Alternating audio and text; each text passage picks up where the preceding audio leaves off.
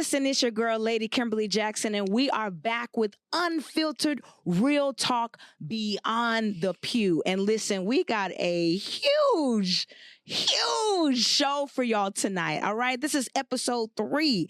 Okay. And so listen, I got some amazing guest hosts for you tonight. Okay. Listen, I have a returning co-host tonight, Miss Rashonda Morrow. Let them know. Hey, what's up, y'all?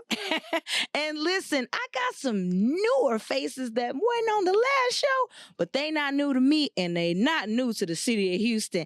I got national recording artist Leroy Thomas. What's going on? What's going on? Let them know.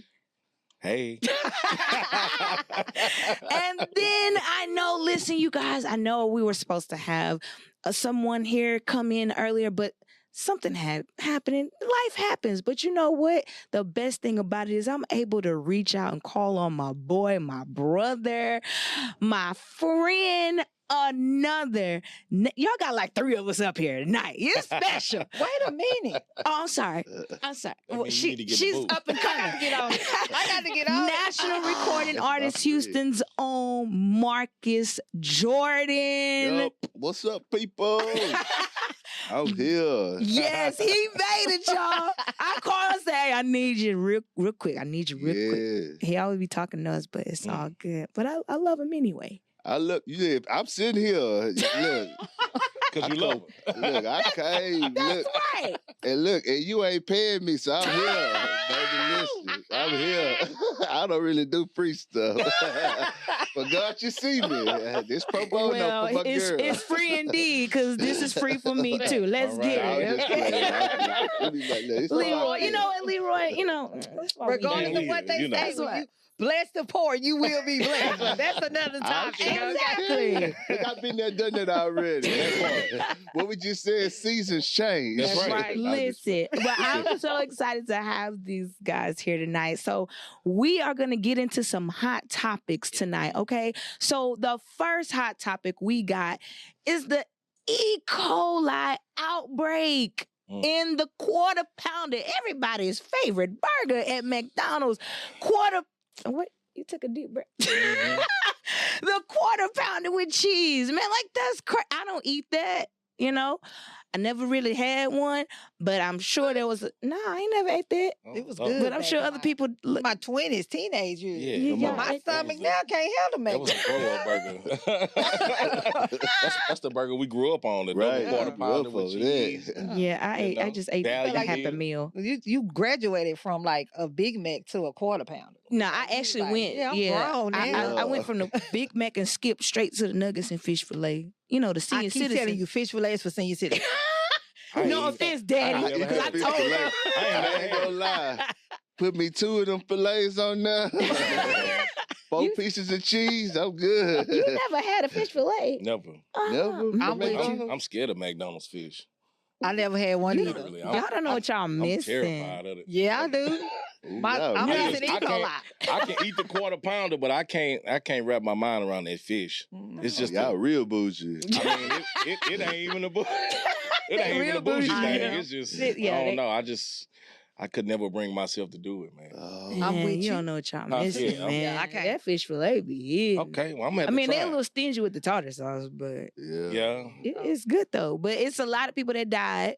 So sorry to those that did pass in other states from this. They have taken it off of the menu now. So hopefully they'll get that fixed and they'll be able to do what they need to do. Is that why they created the chicken sandwich, the Big Mac chicken sandwich or something? I ain't never tried. Oh, they got a Big Mac chicken sandwich? Yeah. Oh, it's horrible. We recording. I'm sorry. Yeah. I don't want to discourage McDonald's ain't sponsoring it, so you know. Well, I don't want to encourage. You know, people watch Lady Kill, so I don't want to discourage. Right? I don't want to discourage. But he's a Popeyes guy anyway. Somebody else say it's good, so they're gonna be like, let me see. Right. You know, so you help somebody. It just kind of takes like it's kind of giving like cafeteria food for me, like school cafeteria. And he a Popeyes guy anyway. Oh yeah, that Popeyes mac and cheese was sent from the Lord. Popeyes what? mac and cheese. Oh yeah. Hallelujah. Y'all ain't had it? It tastes I'm about good. to leave y'all here and go get me some. It's very good. You got to try it.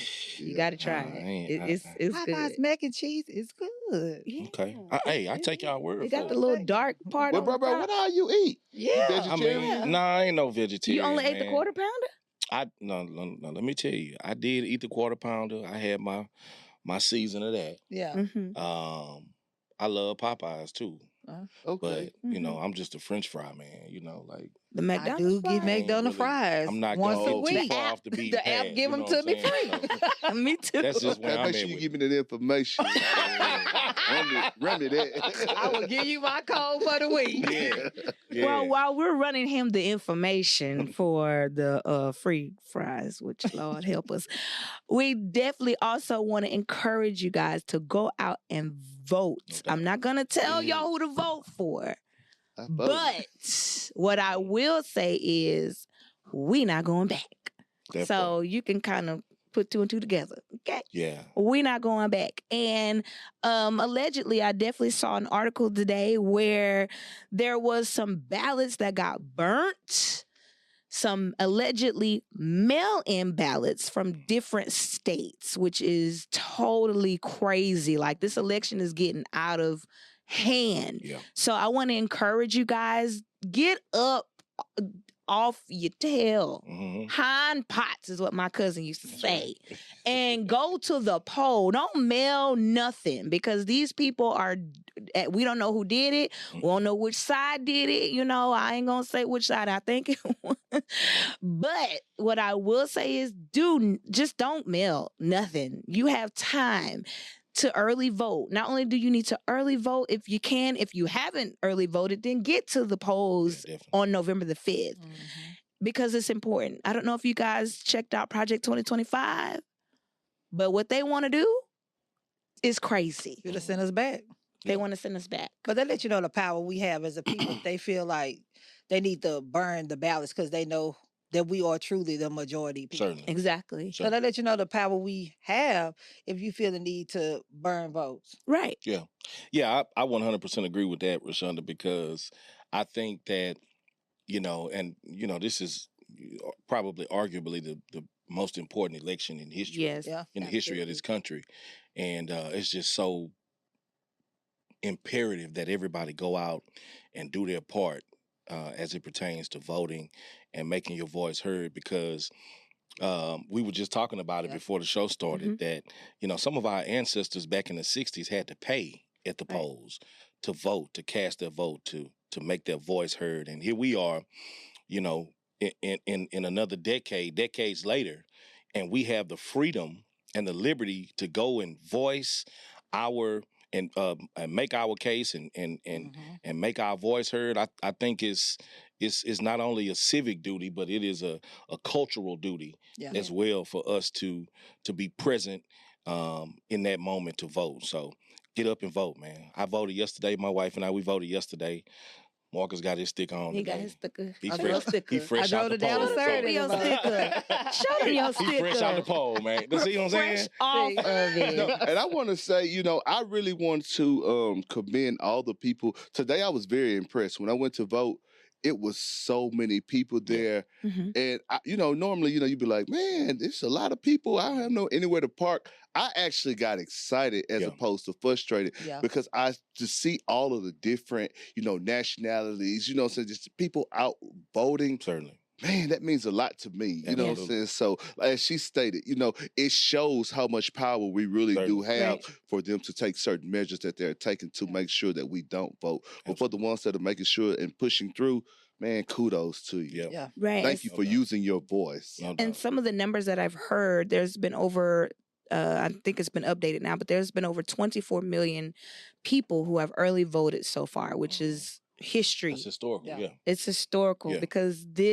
we could see something so historic in this election.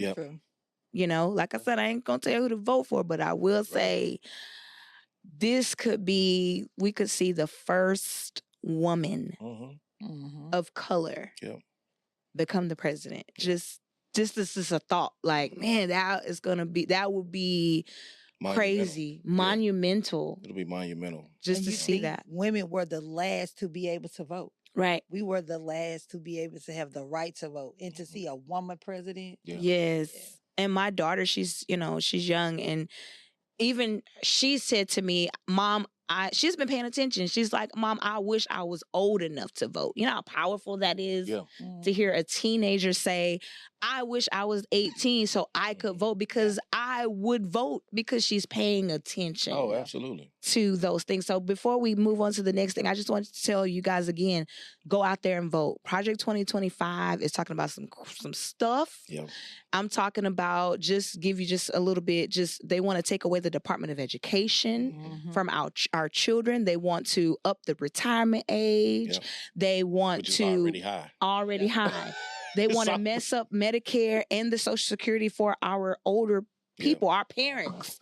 Okay, so think of those things. Think about those things. Research Project 2025. Please go and pull out the whole list, because it's a lot of pages, but there's a lot of information that we need to look at, okay? But thank y'all for talking to me about that. That was dope. We got some good topics and everything like that. That's a great talking point. Great talking point. So listen, we're going to move on to the episode for tonight. The title of our episode is, Can We All Just Get Along? What a question. Like, AKA Martin, okay?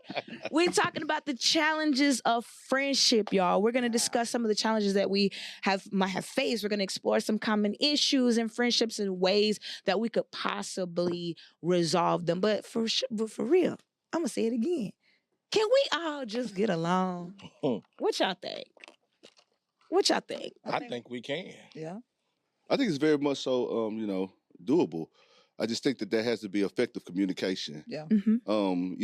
Friends are never going to see eye to eye on everything. Right. But I think that, differences is what kind of makes the relationship stronger.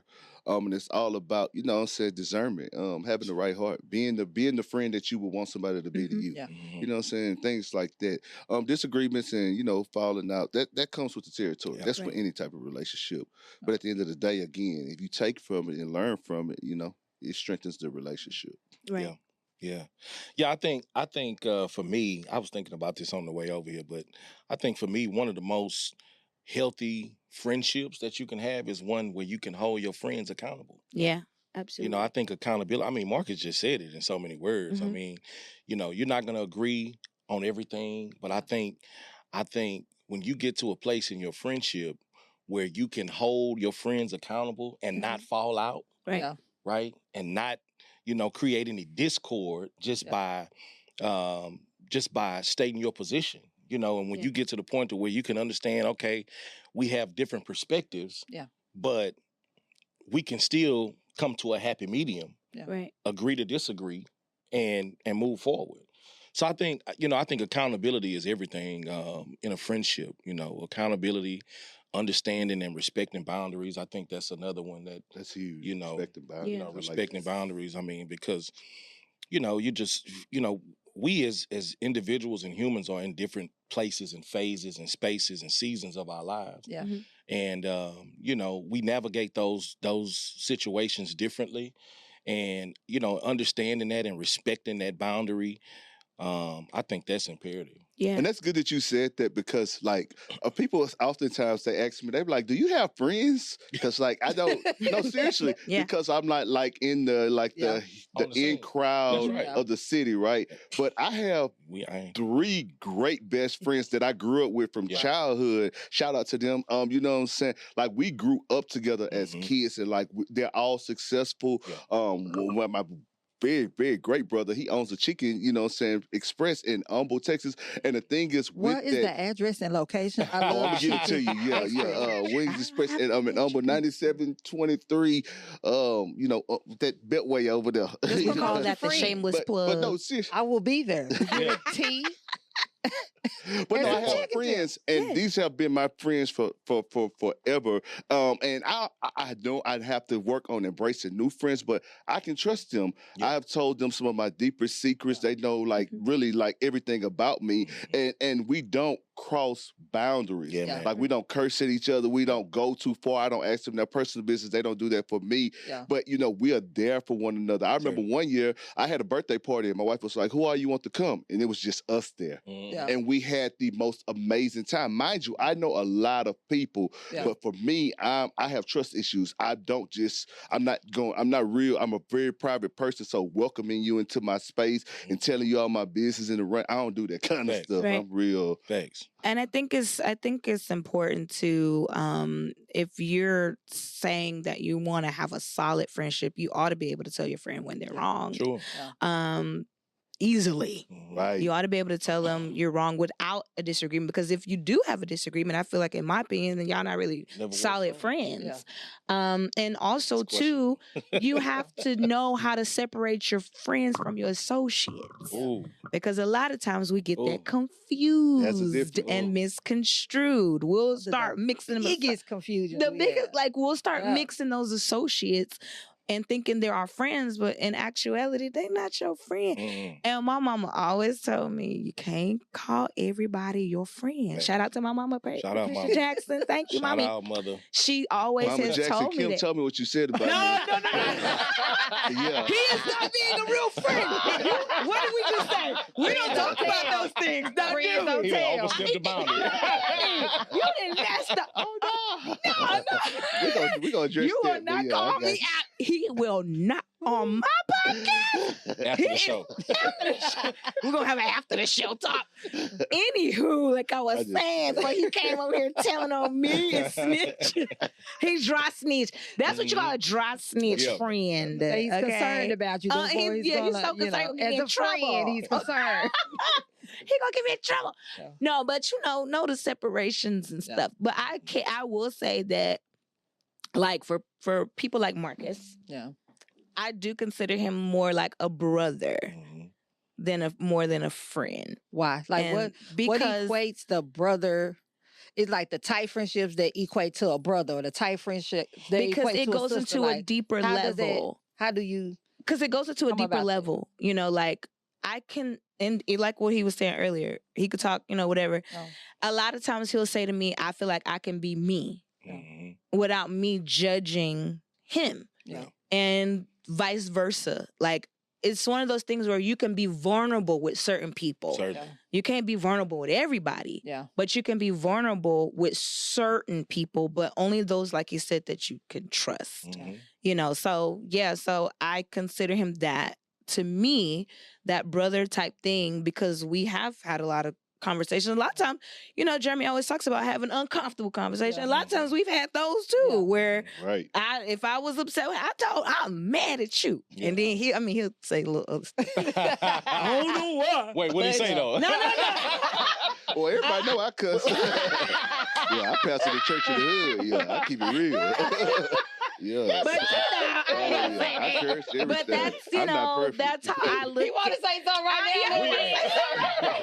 now? Look, I know I'm not perfect. He want to say something right now. But we have a good understanding. So the type of friendship we have works for us. It may not work for other people, but it works for us. Right.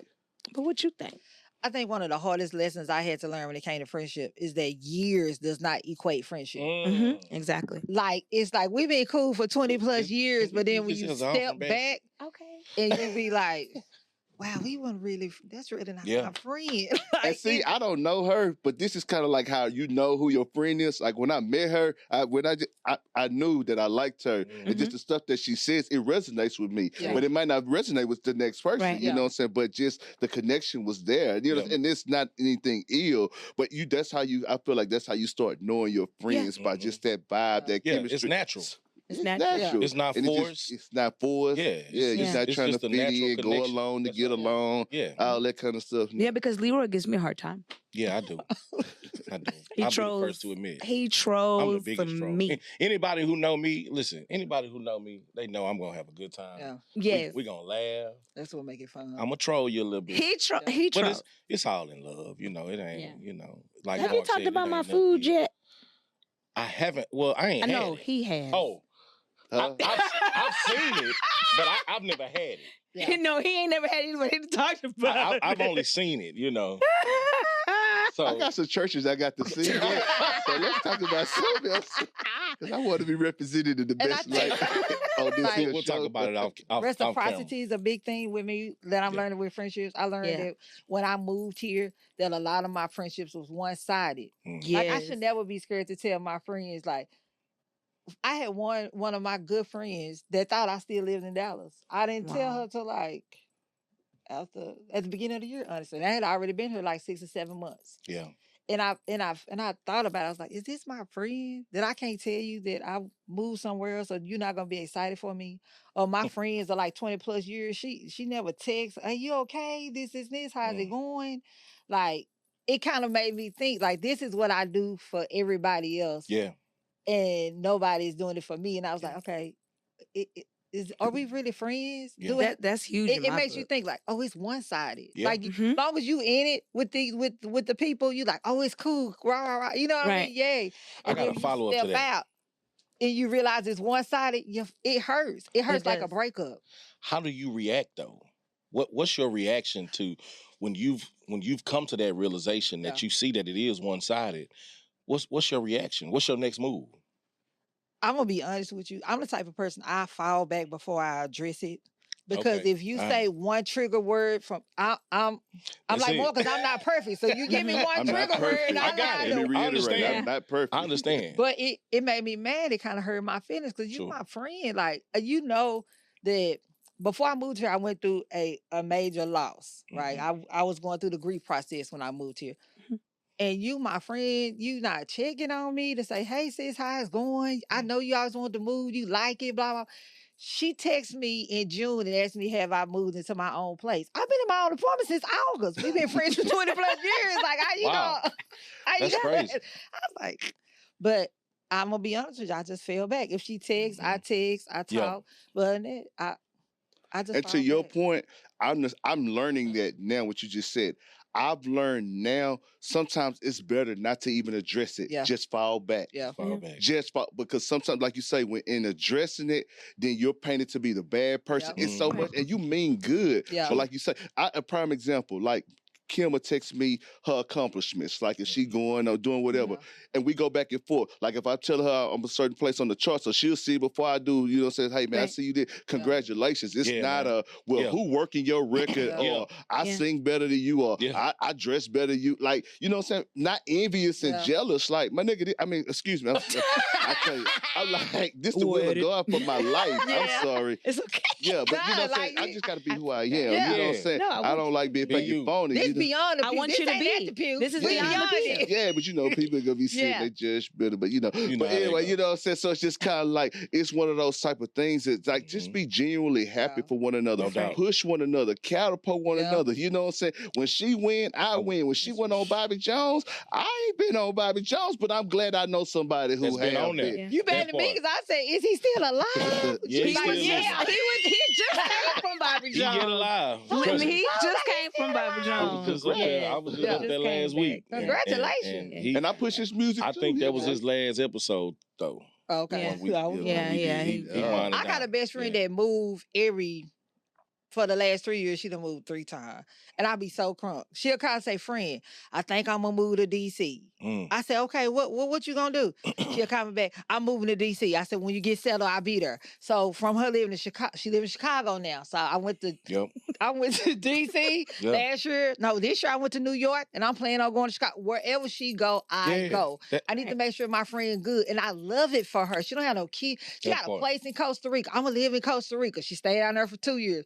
Long as I know you're safe and you're okay, I'm good with that. Exactly. And go everywhere she go, I'm going. Right. Exactly. And the thing is, too, just to piggyback on what he was saying, it's important that I always stress when you are happy for someone else, your friends, you congratulating them, you see the blessing come full circle. 100%. Not when you're upset, not when you're like, oh, I don't like that they're winning, or I don't like that. Because my whole thing is, it's so much room for everybody to win. Yeah. Where you don't have to be upset because your friend is doing what you ought to want to, you know? And so also on the flip side, I've been through that, the 20 plus 30 plus years. Who Jesus. And I've addressed it before. I did.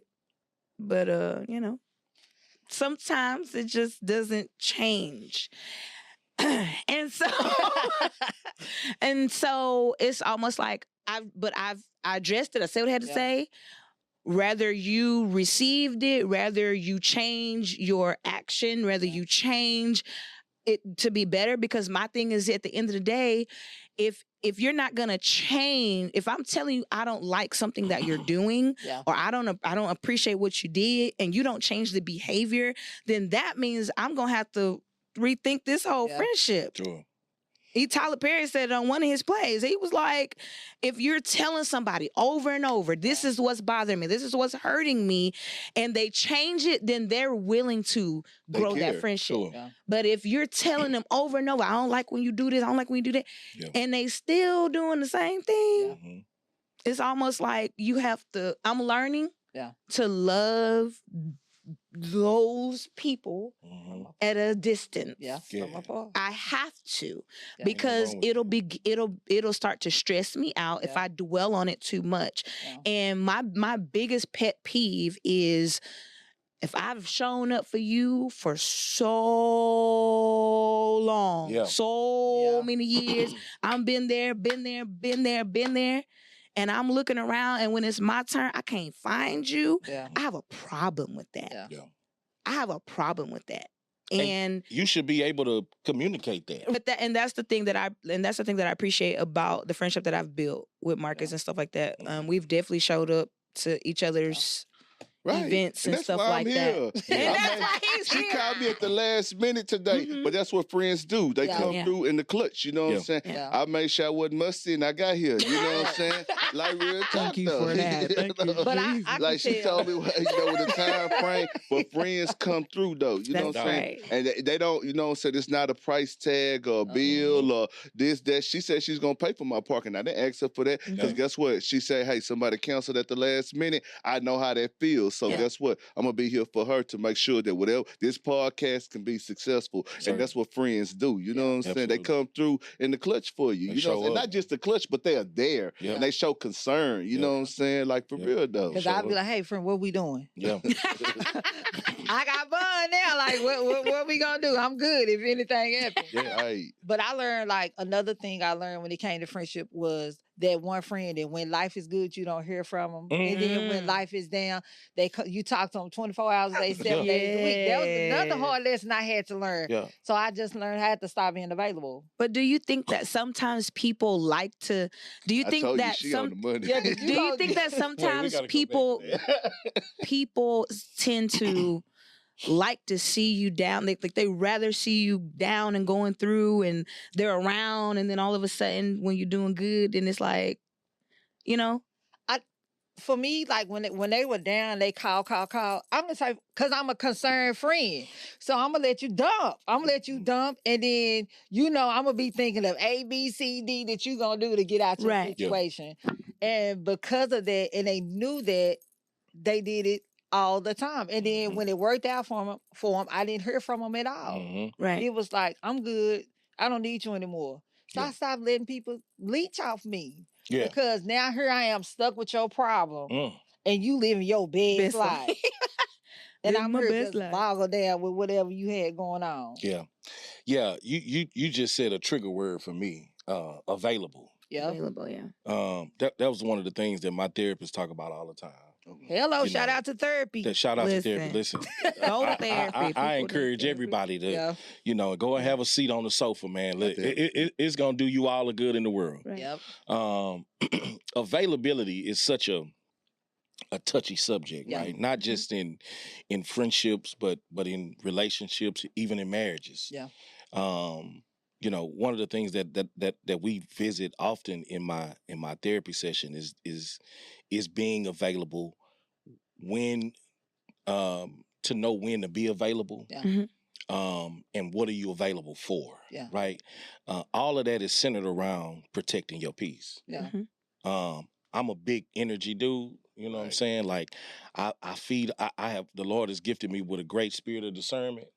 So I can feel spirits, I can feel energy, and if your energy ain't right, I ain't available. Yeah. You know what I'm saying? And I just, I try to reciprocate the energy that is offered to me, right? And I feel like that's such a touchy subject because, when you're trying to protect your peace, you just can't be available for everything and everybody. Yeah. Period. I mean, friend or no friend. You just can't be available because if your peace is worth anything to you, you're gonna go to whatever measure you need to go to protect it. Yeah. And I just think that, it's a balancing act for some to understand, one, who you are. I think that's a big deal, understanding who you are. And then, trying to be ready and available and safe for whatever it is that you have going on, to be good enough to be available for anybody else, i.e. your friends or your spouse or your children, especially, children, I got teenagers. So, 19, 18, and 15. So they are in college.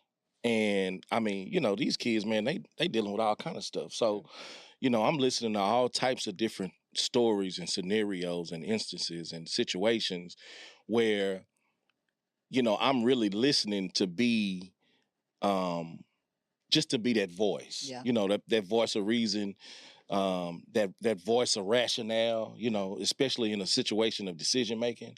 You just got to know what you're available for, what you are available for, and what you ain't.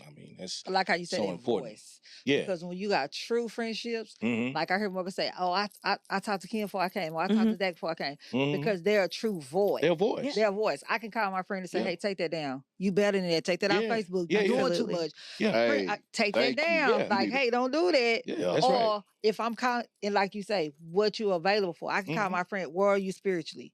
Oh, I ain't too good right now. Yeah. All right, so what's wrong with you? Mm-hmm. I got to make sure you're in the right space before I even tell you anything. That's it. Because what if you ain't in space to receive? Now I dump this off on you. Now you got your stuff and my stuff. That's right. You can break a person down like absolutely. That. Yeah. So I've learned. Kim said it. Kim said it. She said another pivotal word, which was vulnerable. Yeah. Vulnerable. Being vulnerable.